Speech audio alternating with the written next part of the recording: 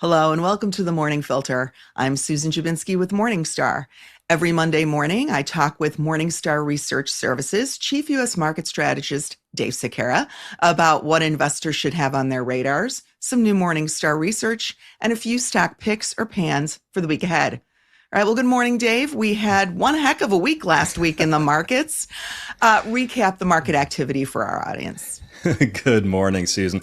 I think that's going to be the understatement of the day to start off with.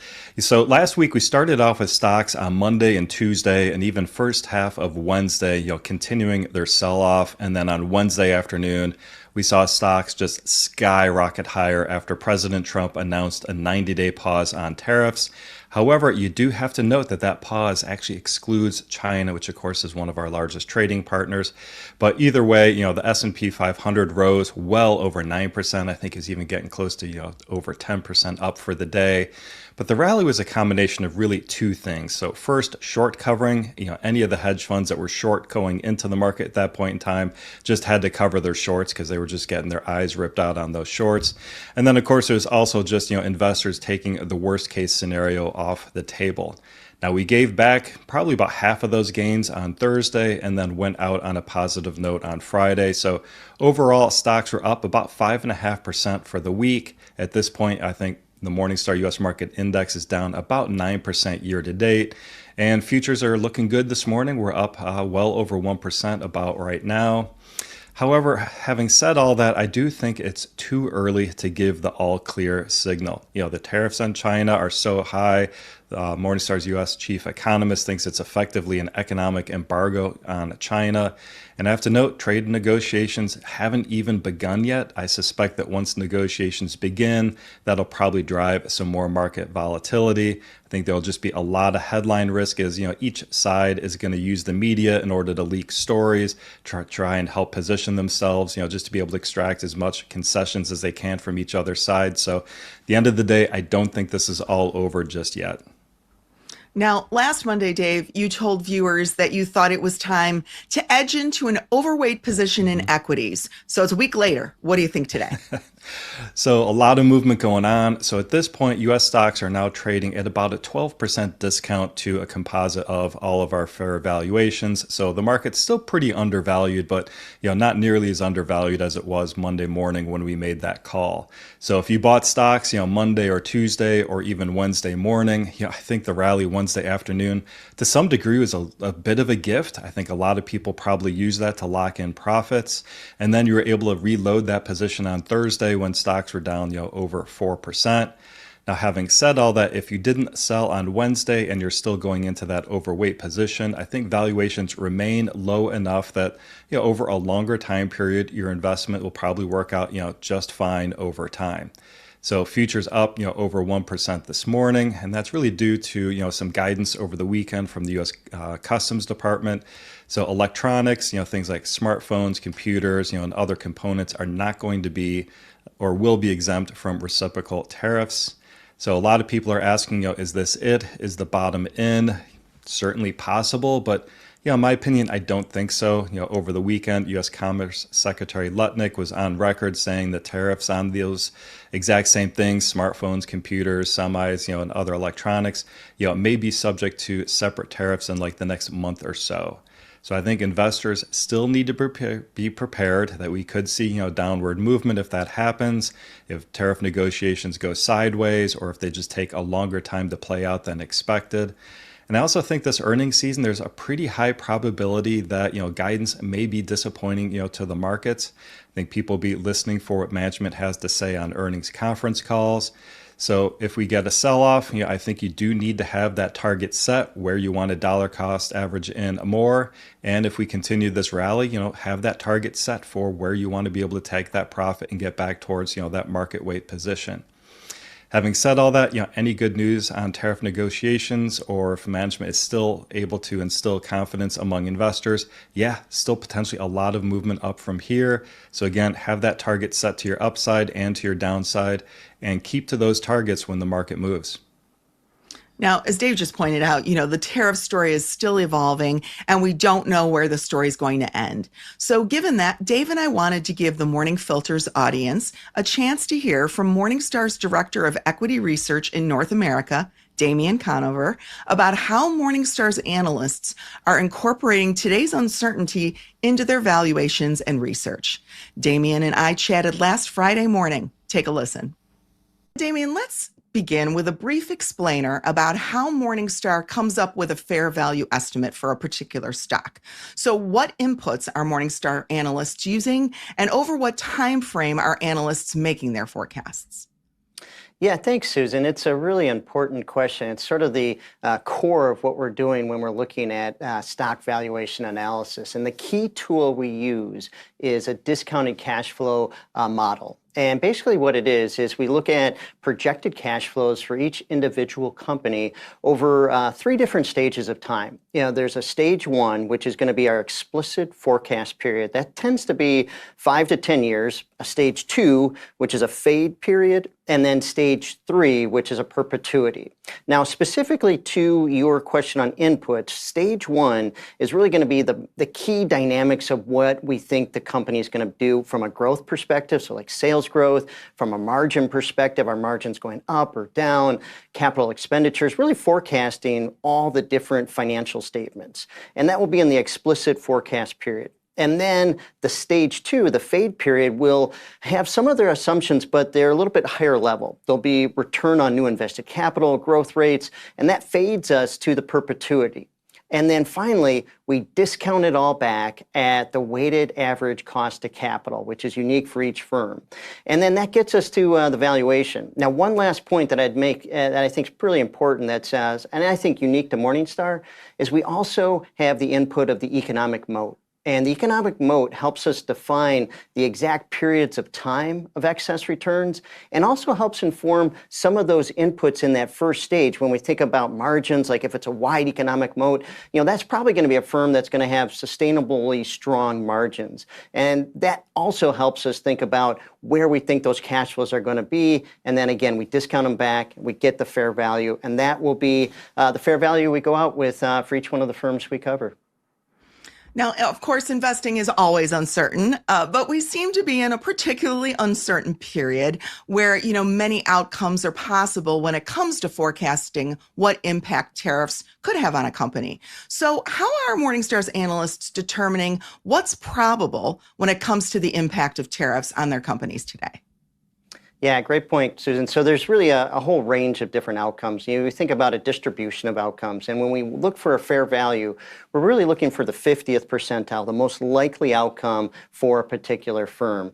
And what analysts really strive to do is decipher between noise and signal with all the incoming information. And in these current days, there's been a lot of noise, there's been a lot of signal as well. And what analysts do is they work toward thinking about what they believe is the most probable signal that will then inform the changes potentially to a discounted cash flow model. Now, a couple things that I think is particularly important when thinking about tariffs is we really want to look at the long-term impact. So we've gotten some announcements recently, and those announcements initially came out, then pulled back, and negotiations are underway. So analysts are working toward thinking what they believe is the most likely outcome for tariffs, and then importantly, thinking about what that means for their companies. So companies can adapt to these tariffs. Firms with wide economic moats tend to have stronger pricing power, and they might be able to adapt and pass along different sort of tariff impacts if those tariffs do impact that individual company.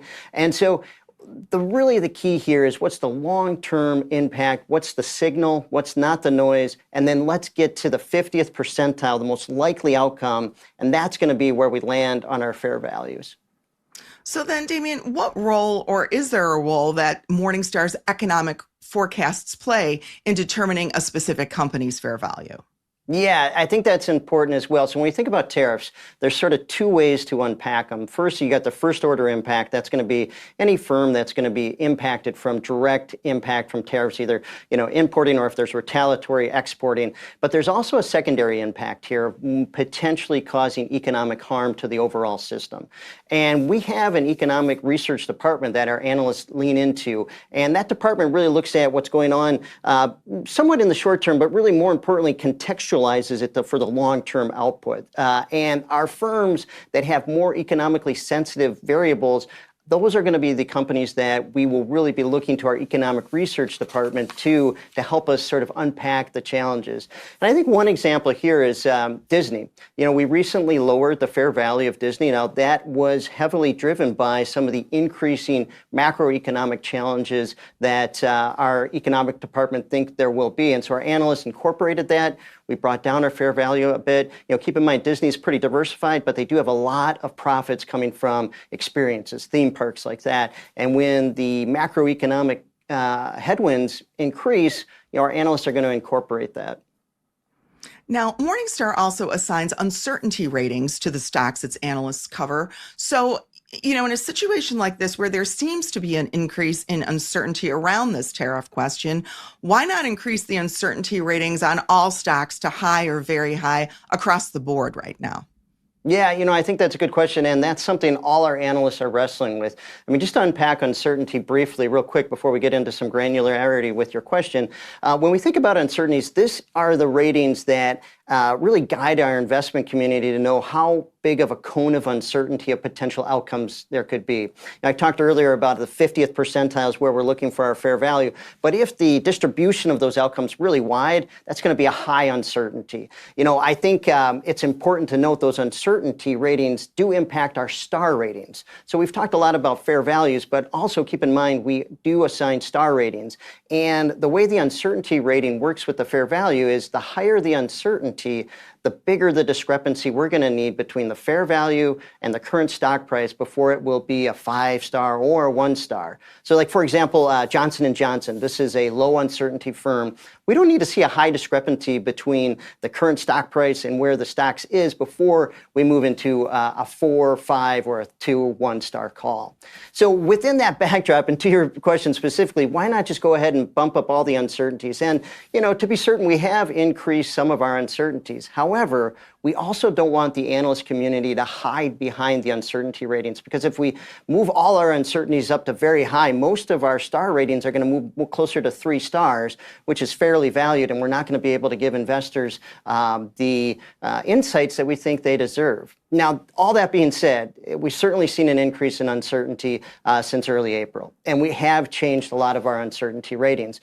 One company in particular is UPS. This is a firm, obviously, that does a lot of global logistics, deliveries, and as we've seen this news in tariffs, also potential secondary impacts in the macroeconomic environment, we have increased the uncertainty too high. So we are trying to employ that uncertainty metric when it is appropriate. But again, we're probably not going to do a vast upgrade all to very high uncertainty, because we do want our star ratings to provide some good value to investors.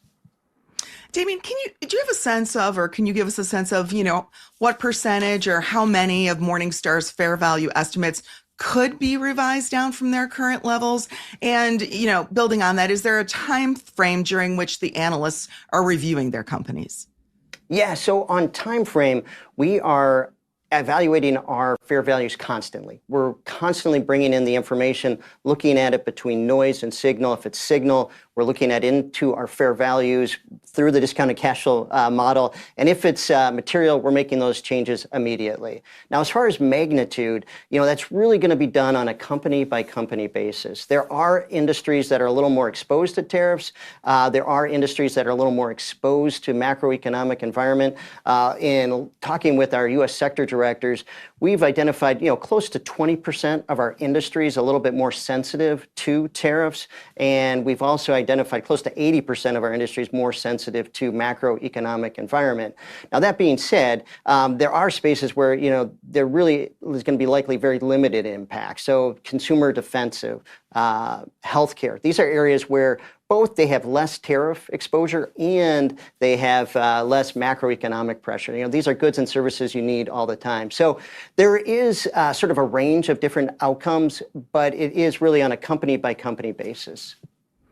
So then, can you give us a sense of the magnitude of a typical, percentage fair value change we might see as a result of tariffs and a potential economic slowdown?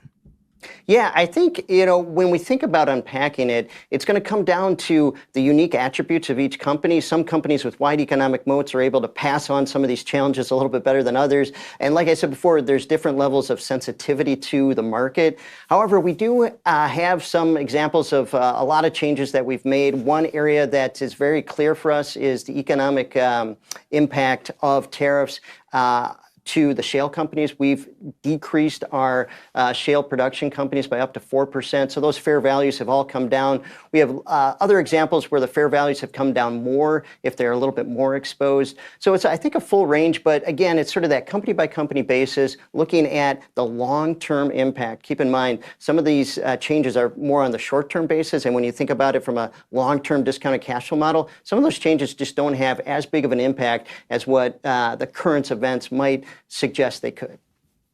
So then to wrap up, Damien, what advice would you give investors who are using Morningstar's ratings and our fair value estimates to make investment decisions today? Yeah, I think right now we're in very stormy times. But one of the things I really appreciate about our research is the methodology and the philosophy. And that's really guided by a long-term outlook, substantiated by economic moats. And I think for investors, I think they should really utilize the ratings and think about the commentary as context around those ratings to help them think about how best to navigate these stormy times. Damien, thanks so much for your time today and your thoughtful comments. Thanks, Susan.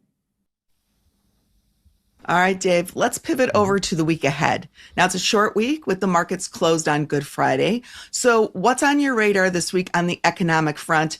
And really, how important are these backward-looking reports to the market in the uncertain tariff era anyway?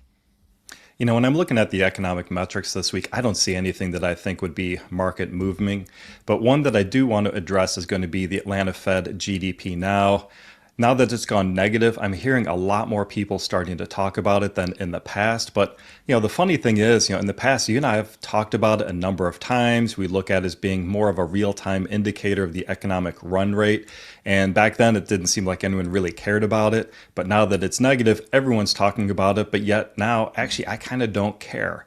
So the reason why is reported GDP for the first quarter, we think it's going to be heavily distorted by the amount of purchasing and the amount of imports, that were being made before the tariffs went into effect. Essentially, companies looking to front run those tariffs. And we think that that amount of imports will end up artificially lowering the way GDP is reported for the first quarter. But yet, once that inventory is used and it's sold, that will then artificially bolster reported GDP next quarter. Now, we also do have Federal Reserve Chair Powell scheduled this week to make remarks at the Economic Club of Chicago on Wednesday. In my mind, I expect it to be a non-event. Chair Powell always chooses his words, very carefully, and I think he will be especially guarded this week as far as any remarks that he makes publicly. Well, we also have a flurry of earnings reports coming out this week. But before we get to the specifics, talk a little bit about what your expectations are heading into earnings season. So for earnings in and of themselves, I think for most companies, there's really no reason why that their first quarter earnings shouldn't be in line with expectations. Now, having said that, I do want to highlight in the tech sector, we could see some hiccups there. So we did have the bear market in AI stocks beginning in mid-January, and there's a potential that could have led to some pullback in the rate of spending on AI. So that's the one specific area that I do have some concern on. But again, it's all going to be about guidance, outlooks, and commentaries, on the conference calls. And I think there's a pretty high probability that could result in some pretty negative market sentiment. So when I'm thinking about the tariffs, in and of themselves, management teams that do provide guidance, they may pull that guidance. They may just not want to give any guidance for the second quarter. Or if they do give guidance, it might just be such a big wide range. I mean, you'd be able to drive a truck through it. And so in that case, it's almost kind of meaningless, in and of itself. I think the analyst community will have a lot of questions, asking management, how are tariffs going to affect your business? What are you doing to mitigate it? And management teams might not have a lot yet to really say about it. So my concern there is that either they won't comment on the tariffs, at all, or if they do comment on it, they're just not going to have enough time really to figure out how to restructure supply chains in order to limit that impact. So I think if there's a lack of specificity here, I think that would be very disconcerting for investors. All right, let's talk about a few specific companies that are on your radar that report this week. And let's start with Johnson & Johnson. Now, this is a stock you've referred to in the past as a core holding. So how does it look heading into earnings, and what will you be listening for? So the stock's currently rated 4 stars, trades at a 7% discount to our fair value, has a 3.3% dividend yield. It is a company with a wide economic moat. We rate the stock with a low uncertainty rating. So I'm going to be listening for any discussion on their strategy as far as resolving claims from their talcum powder liability. Recently the judge there, declined that settlement. So I think we'll listen for exactly more guidance as far as the company, as far as how much that could be and what the time frame is going to be. And then on the tariff front, pharma and biopharma, the industry there has largely been exempt from tariffs thus far. However, there is some talk about potential tariffs in the future. So I'd be listening for any discussion as far as how they may look to restructure their global manufacturing strategies if there are tariffs put in place there. You also have a couple of technology companies on your radar this week, ASML and Taiwan Semiconductor. So why are these two that you're watching? Well, first with Taiwan Semi, it is a 5-star rated stock, trades at over a 40% discount. That stock down is over 30% from its high before the DeepSeek news came out. And for those of you that aren't familiar, Taiwan Semi is the company that makes the GPUs for NVIDIA for artificial intelligence. So I think this will be a pretty good preview as to what's going on in AI CapEx spending. So any beat or miss here can impact all of the AI stocks, which of course, as we've talked about, you have been in a bear market, since mid-January. Now, ASML, that's the company that makes the advanced equipment to actually make semiconductors. It's a 4-star rated stock at a 24% discount. So any guidance that they give here, I think that's a first clue for the outlook for AI hardware.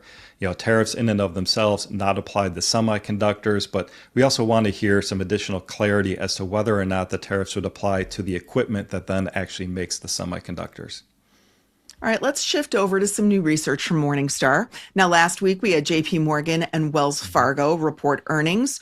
So what did Morningstar think of the results? And did any commentary from management at either firm stand out to you? Yeah, so JP Morgan is a 2-star rated stock, trades at a 20% premium to fair value. Wells Fargo is a 3-star rated stock, trading really close to our fair value estimate. JP did beat on top and bottom line. However, we maintained our $195 per share fair value estimate. Now, Wells, it missed on the top line, but it did beat on the bottom line based on cost savings. And a lot of those cost savings are already incorporated into our fair value, which is at $65 a share, which we maintained. Now, as I talked about earlier, I didn't see any reason why they should miss, first quarter earnings, why they shouldn't have been in line with expectations. They shouldn't have been impacted by any of the sell-off in the AI stocks, and all the Liberation Day tariffs, were after first quarter was announced. So I think the most important thing here, and maybe what investors want to go back and do, is read the transcript from the JP Morgan call. And I think Jamie Dimon there was quite explicit, in his economic expectations. He noted that he foresees the economy facing, what he considered to be considerable turbulence due to tariff-related disruptions. He expects corporate earnings to decline, at least 5% as opposed to the current street estimates, which are up, 5 to 10%. And JP Morgan is also now starting to incorporate, weaker consumer spending going forward. So to do that, they did increase their loan loss reserves. Now, if it were to be a recession, we'd expect credit provisions to go up, even further from there. However, we wouldn't expect it to be as bad as what we've seen in kind of some of the more recent recessions. So as far as, both of these stocks go, and actually all the large banks overall, Now, our analyst noted if there is a recession, which is not our base case currently, but if that did happen, fair values among the large banks, could drop anywhere like in that wow, I'm having a tough time this morning. They could drop by that mid-teen percentage. I think JP Morgan is, pricing in a 50% probability of recession, which is really close to Morningstar's U.S. economics team's probability of 40 to 45% of a recession. Now, Morningstar's cybersecurity stock analyst issued some new research last week, and in it, he argued that cybersecurity stocks looked attractive. So first, what's the rationale for that? Well, first of all, I have to highlight a lot of these cybersecurity stocks are actually still in the green year to date. Only Palo Alto is in the red, but they all did sell off with the broader sell-off in the market. And we've talked about cybersecurity a lot of times. One of the reasons I really like this sector, this industry overall, is that in our view, even in a recession, management teams aren't going to cut the budgets for cybersecurity. Cyber overall is a relatively low percentage of their overall IT budget, but yet has very significant negative consequences, both monetarily and reputationally, if a company were to suffer a hack. And lastly, tech services such as cyber aren't subject to tariffs. So this is an area that we still like today. So now, how do the cybersecurity stocks that Morningstar covers look today? I think they're probably up from where our analyst note came out. So are there any attractive opportunities left? Palo Alto would be the one I'd highlight right now. 4-star rated stock at a 20% discount, a company we rate with a wide economic moat, although like a lot of tech companies, it does have a high uncertainty rating. And I think Palo Alto is probably one of just the highest quality cybersecurity companies today. So I think that one does look attractive here. All right. Now, also last week, we had Morningstar's analyst who covers Meta Platforms and Alphabet issue new notes reaffirming Morningstar's fair value estimates on these two stocks and saying that both looked attractive. So let's start with Meta, Dave. Why is Meta a buy today? So Meta's currently rated 4 stars, trades at a 30% discount to fair value. And I think the most recent news here, which is probably pretty attractive for the longer term valuation of the stock, is a company released Llama 4. That's its next generation large language model. Now, overall, we believe Gen AI models are being leveraged by creators and advertisers to create, increasingly more personalized content for users, which overall we expect will drive greater engagement and even more monetization over time. Now, what about Alphabet? 5-star rated stock, well over a 30% discount to fair value. Now, that stock has sold off on fears of a recession. The concern there that in a recession you'd have a pullback in advertising, but we believe the company is competitively very well positioned, even if digital advertising spending were to slow down. And we think the market is underestimating the amount of growth that they will get this year. We think its cloud business will accelerate here in 2025 as capacity constraints from last year begin to ease. And even in a recessionary scenario in which digital advertising spending slows, we'd only expect about maybe a 10% fair value decrease. So with the stock as much of a discount as it is, even in a recession, it would still look attractive to us. All right, well then let's move on to the picks portion of the program this week, which was inspired by a question from a viewer who also happens to be named Dave. So Dave asked, Dave has mentioned in the past that J&J and ExxonMobil are long-term core holdings to consider. Does he have any other examples? So first, Dave, did you plant this question? No, but I should have. I wish I was actually smart enough to do that. Of course, I wouldn't have used my own name if I did plant it. So then, how do you define a core holding? What's that mean in practical terms? Like anything else in finance, you're going to have different meanings to different people. In my own opinion, core holdings, these are the ones that have what I would consider a Warren Buffett time period for holding period. His time period, that he holds stocks, he wants to hold stocks as forever. So I think of them as, the kind of stocks, that you'd be willing to put your parents into, those companies that are just the highest quality, have the widest moats, the strongest management teams, have a history of exemplary capital allocations, attractive dividend yields, solid balance sheets, companies that we think would hold up better to the downside than the competition in a recession. those companies that have steady, maybe not spectacular, but very steady long-term earnings growth expectations. So again, these are the ride or die type of stocks, the ones that you're willing to not only hold through any kind of market downturn, but be able to dollar cost average into increasingly larger positions to the downside. But of course, then, when they start moving back up, lock in some profit, sell them to the upside. But again, you never really want to completely sell out of these, even when they start moving above your fair value estimate. All right. Well, today you've brought us 4 core stocks that you like today at current prices. Now, that first core stock to buy is Microsoft. Walk us through the key metrics. So Microsoft's a 4-star rated stock, trades at just over a 20% discount to fair value. Not much of a dividend yield, it's under 1%, but again, at least it pays a dividend. It's a company we rate with a medium uncertainty and a wide economic moat. The wide economic moat primarily coming from switching costs, but it also has network effects and cost advantages as secondary moat sources, and a company that we see as having exemplary capital allocation. Now, Microsoft has held up better than, quite a few other tech names this year. So why is it your top core holding in tech right now? Well, one thing I really like about it is very diversified, has a combination of a lot of different types of, very steady Eddie, types of businesses. So I think that would help cushion their business overall to the downside if we were to go into a recession. Yet it also has several different higher growth businesses, which helps, earnings accelerate, to the upside. When we look at its different business lines, it's pretty much a leader in everything that it competes in. So you have the personal computing business, that's its operating system and the Xbox. You have productivity and business processes. That's where you have Microsoft Office, Teams, and LinkedIn. You have the cloud computing business, its Azure business, enterprise services, and then of course, it's artificial intelligence with Copilot. Very solid balance sheet, a lot of cash on the balance sheet. Taking a look at credit ratings, I think it's only one of 2 companies out there that's still rated AAA by the agencies. Johnson & Johnson is the other. And when we look at exposure to tariffs, I think they have lower or maybe even no exposure to tariffs. All right. Well, your second core stock to buy is Deere. Tell us about this one.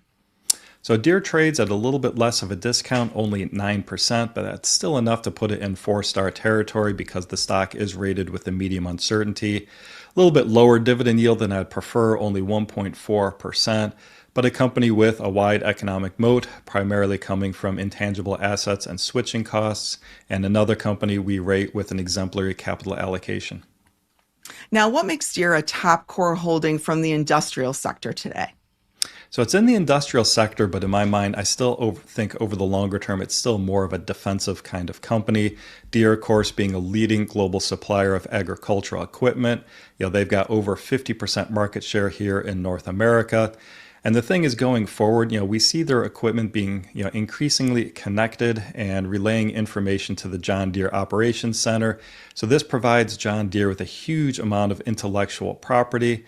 So they're able to use this IP to help farmers optimize their planting, which of course then helps them save on all different types of operating costs. For example, they can then use less fuel, fertilizers, and herbicides, helps, the farmers reduce labor time.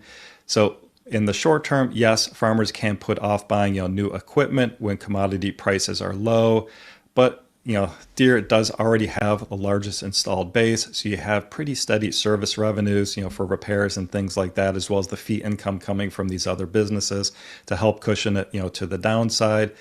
Looking forward, we think the increasing amount of services, going forward, as well as like some higher fee income, is going to be able to drive margins higher over time. So an example our analyst here has talked about is Exact Apply, uses cameras as well as a lot of GPS to really target application of herbicides. That then reduces costs, and that's part of their business chain by as much as 2/3.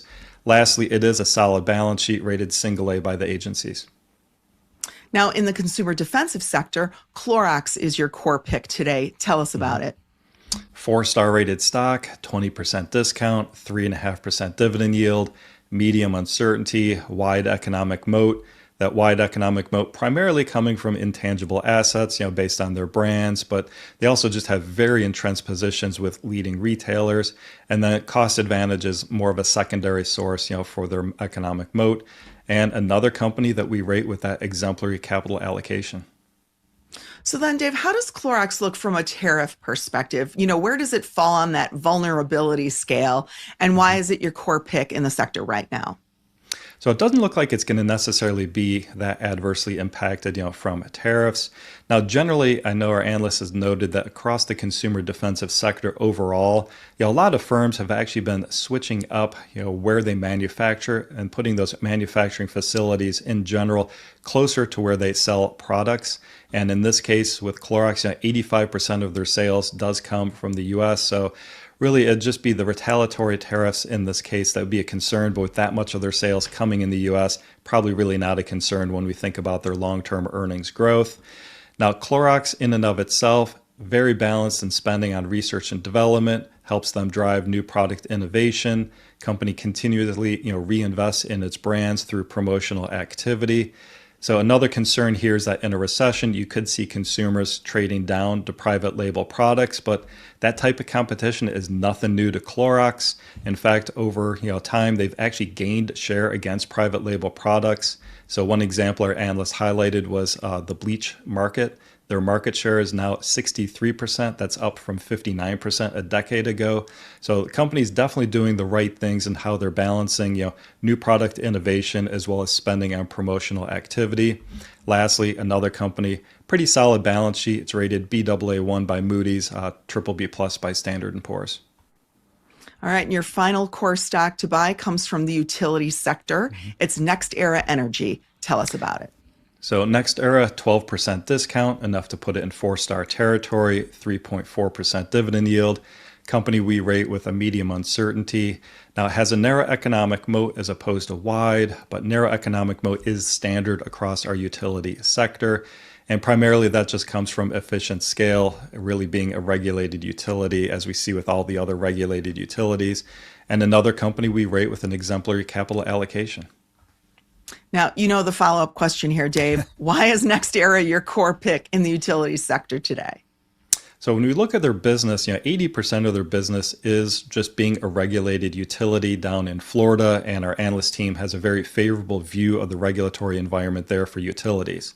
The other 20% of the business might cause some concern for some investors. That's coming from renewable energy. But in this case, the company was an early mover. They've locked in all the best locations for renewables. And our analyst team has noted that they can even expand those locations, if warranted by the economics. They already have long-term power contracts in place to be able to sell the electricity from those renewables and essentially lock in the economics on those assets, in that specific category. And lastly, just another company with a solid balance sheet rated Baa1, A-. All right. Well, thanks for your time this morning, Dave. Those who'd like more information about any of the stocks Dave talked about today can visit Morningstar.com for more details. We hope you'll join us next week for the Morning Filter on Monday at 9 a.m. Eastern, 8 a.m. Central. In the meantime, please like this episode and subscribe. Have a great week.